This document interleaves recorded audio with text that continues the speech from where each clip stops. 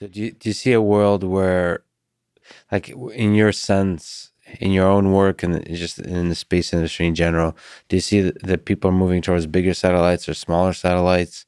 Is there going to be a mix? Like, what are we talking? What does it mean for a satellite to be big and and small? What size So are we talking about? big, the space industry prior to, I don't know, 1990, I guess the majority of satellites were the size of a school bus and cost Wow. a couple $1 billion.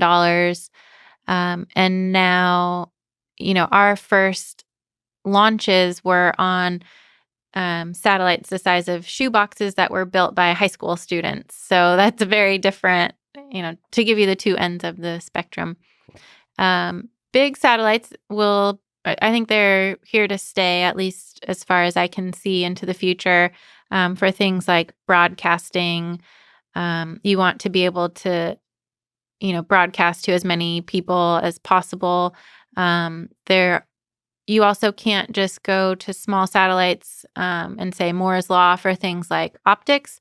So if you have an aperture on your satellite, that doesn't follow Moore's law. That's different. So it's always going to be the size it will be, unless there's some new physics that comes out that I'm not aware of. But if you need a resolution and you're at an altitude, that kind of sets the size of your telescope.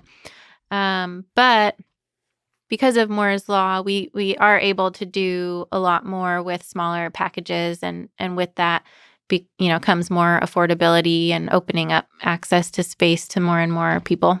Well, what's the smallest satellite you've seen go up there? Like, what are the smallest kind? You said shoe boxes. Yeah, so I think the smallest common form factor can fit a softball inside. Wow. So it's 10 centimeters on each So side. cool. But then there are some companies working on, fractions of that even. And they're And doing things like IoT type application. So it's very low, bandwidth type things, but they're finding some niches for those.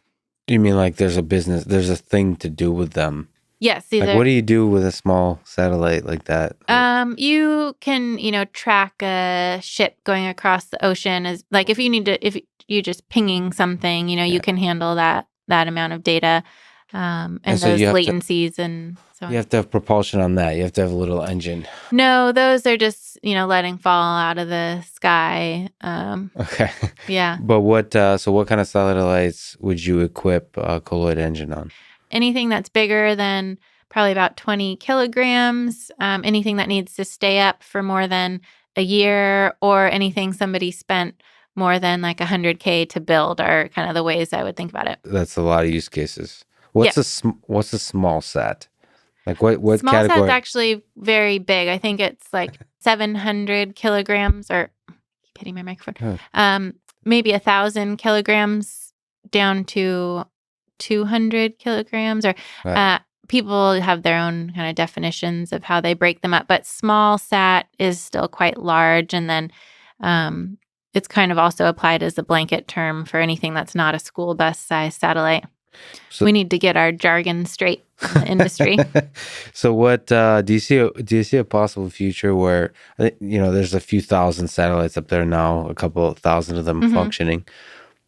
Do you see a future where there's like millions of satellites up in orbit, or forget millions, tens of thousands, which just seems like where the natural trajectory of the way things are going now is going.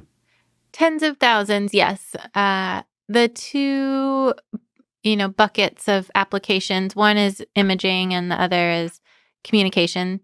So imaging, I think that will plateau because one satellite or one constellation can take an image or a video and sell it to, infinity customers. But if you're providing communications like broadband internet or satellite cell or something like that, satellite phone, you're limited by your transponders and so on. So to serve more people, you actually need more satellites, and perhaps at the rate, our data consumption and things are going these days, I can see tens of thousands of satellites.